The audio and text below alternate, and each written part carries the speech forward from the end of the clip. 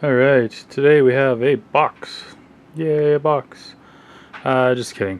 In here is a chaotic switch carbon fiber chassis. I bought this for a buddy of mine, Stacy. He is joining Team Switch and with his XR10. So I'm just going to do a quick assembly video for you guys. A little step-by-step assembly. So anybody that gets this chassis, they can find an easy way to assemble it properly. So let's dig into it. So far I've got the box with all the parts in it, as well as my 2mm MIP hex driver. I like MIP, they're really strong, durable, good quality. Don't want to have cheap ones with you, especially when you're dealing with the aluminum hardware that's included with this, because you don't want to strip out the heads. So let's get to it, pull it all out, and see what we got. Alright, so what we've got is a pile of stuff. Get my driver out of the way. We've got body panels.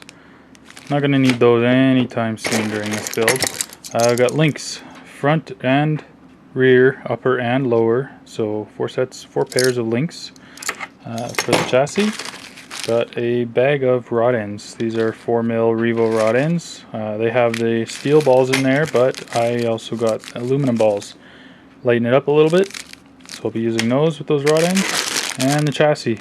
There's the cross braces, aluminum hardware, and the beautiful carbon fiber chassis. Alright, so here's the bag full of magic dissected. What we've got over here is the hardware, aluminum hardware. Those ones are steel hardware. They are too long. They're not available in aluminum. I can't recall what that's for, but we'll get to that. The little bag, it's a separate bag. That's for the upper links on the chassis side. So I'm going to leave that in the bag for now because I'm not dealing with that at the moment. Skid plate. It's a pretty machined skid plate. Machined out of a solid chunk of Delrin.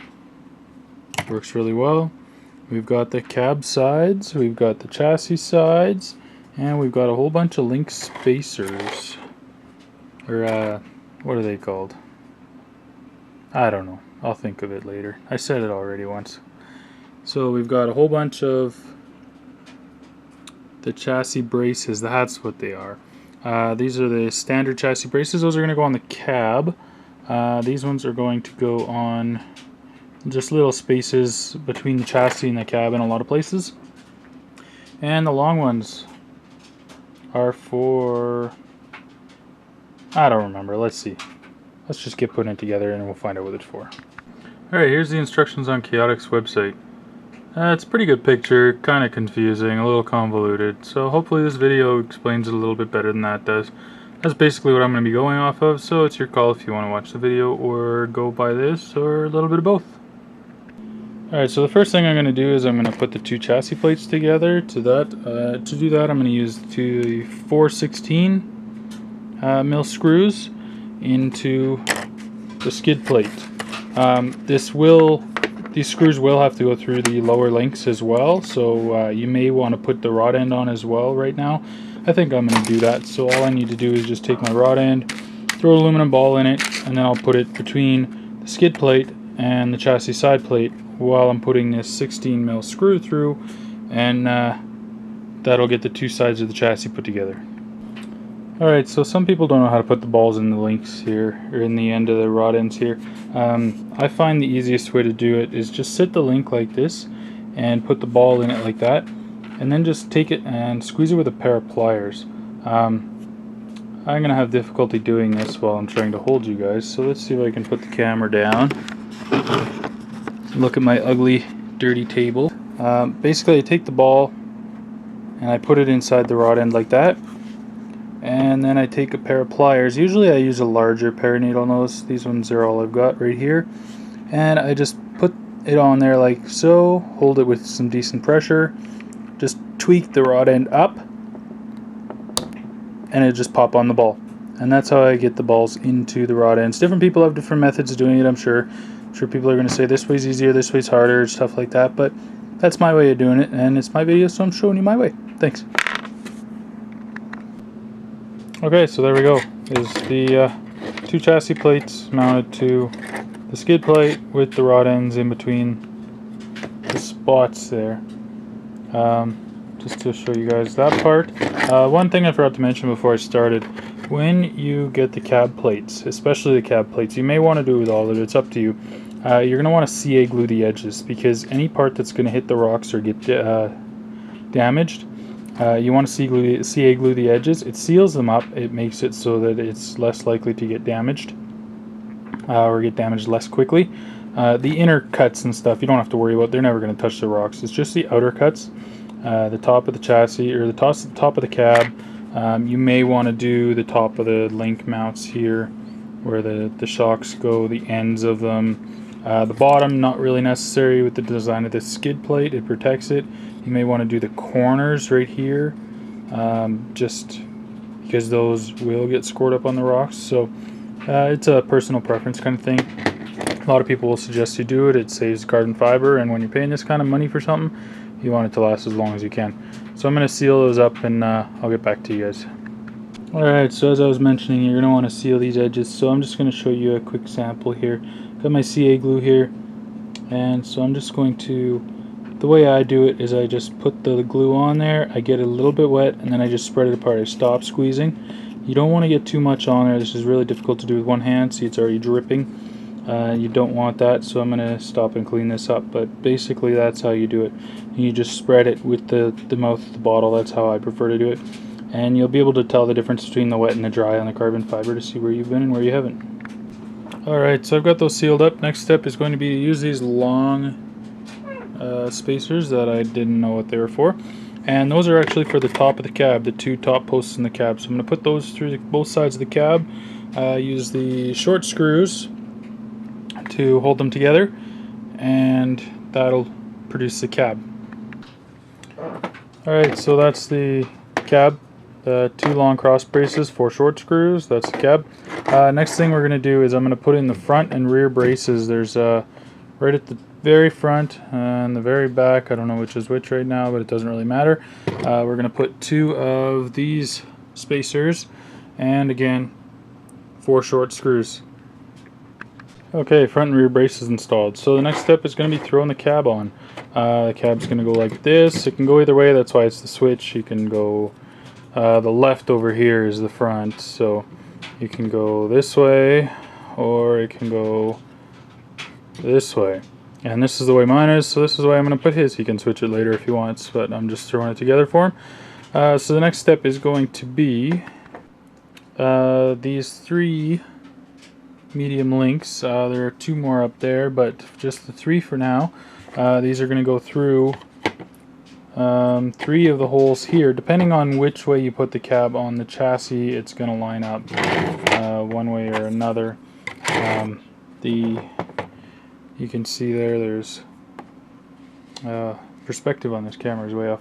1, 2, 2, and 3, 3.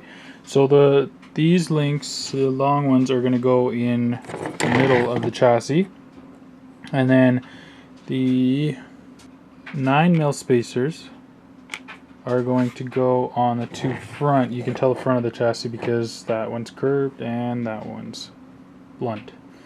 So the 9mm spacers are going to go on the outside of the chassis, but the inside of the cab lined up with the other longer spacers, cab mounts, whatever, chassis braces. So for the front, you're going to go 9mm for the outer ones on both sides, and the rear one, you use the larger ones on the inside of the cab, and then you use the tiny ones on the outside of the cab, but on the inside of the body panel. That makes it so that you're legal width. Otherwise you are under legal width because the cab itself is not wide enough. It's just that flare out that makes it perfectly spec. You'll see once it goes all together here. And to go with all that, we're going to use the 20mm screws on the 2 front ones, the ones that go with the 9mm spacers on the outside, and the 25mm screws, the long ones that they can make in aluminum, are going to go on the rear mount for the cab, because they have to go through a small 5mm spacer and a 12mm spacer and into the whatever cross brace ones. Okay, there's the front brace setup. 20mm screws, 9mm spacer, cross brace, 9mm spacer, 20mm screw. I'm going to do that the same on the second one right here. and the rear is going to be different. Okay, and there's the rear cross brace. 25mm steel screws again, because they can't get those in aluminum. The short spacers, the long spacers, 5mm, 12mm, and then the cross brace, and again on the other side. That's for the rear. Again, you're going to want to put your side body panel. I'm not going to be doing this in this video because I'm not doing the panels. I'm going to let the owner paint them first. But you're going to want to put the side panel between the head of the screw and this 9mm or this 5mm spacer. You have to have the Lexan out that side, or else you're not going to be spec. So that's how you put together the cab. I'm just going to throw the links on now. They are very simple. Basically, you just take the links, thread the rod ends onto the links, and put the balls in the rod ends and screw them onto the chassis. I'll show you what it looks like when I'm done. Okay, slight caution when you're doing the links. You're going to want to make sure that you do them one pair at a time. Leave the other pairs over there labeled, leave them alone. Just do one pair at a time, screw the rod ends on, and put them onto the chassis. You don't want to mix these up. It'll be a pain in the butt to try and decipher what's what and where is where. Also, when you're doing the rod ends, when you're screwing them onto the rod, make sure that the ball still has play in it once you're done. If you screw it in too far, it'll put pressure on the ball and then it won't move freely and it'll cause binding issues. And we don't want binding in our balls. So just do the links in pairs and make sure you don't screw the rod ends on too far. I'm going to throw these ones on the truck and get the rest of them done. Alright, so there we have it. That is what your $300 is going to get you from Chaotic for the Switch. A couple of things to note. You will want to make sure the orientation of your springs or your links are correct. For the top fronts, you want it to go like this so that it climbs up over the motor. For the lower fronts, you want the longer spot here, so basically when it comes off the tire it's going to come onto here. The rear uppers, same as the fronts, you want them turned this way so that they climb up over the motor. The lowers, you want them so that you get the high clearance here, and then by the time this part here hits, your tire will already be hitting, so that's irrelevant. But they can't keep it as a straight angle because then it'll hit your shocks when it's traveling. So when you're done this kit, you'll notice that you have two leftover chassis braces. These are for between the springs, between the shocks, front and rear. Instead of putting a little nut in there, you just put those links and those chassis braces in there. I'm not sure what the point of that is. They didn't give the screws for mounting the shocks. I don't know why they didn't just omit those and you could just use nuts, but maybe it's a little bit lighter or something like that. That's kind of their whole theme. So there is the Chaotic Switch carbon fiber with titanium links, Revo rod ends, aluminum balls. One last thing I should mention is these upper links. They come with a little tiny spacer. You need to leave that spacer in there because your body panel will go on the outside here under the head of the screw, but on the outside of the panel, or on the outside of the ball end. So it'll go between the screw head and the ball end, and your links will be inside the body panel. You need that spacer, otherwise it will not fit and it'll distort your body panel and probably break it. So there we have it. Chaotic Switch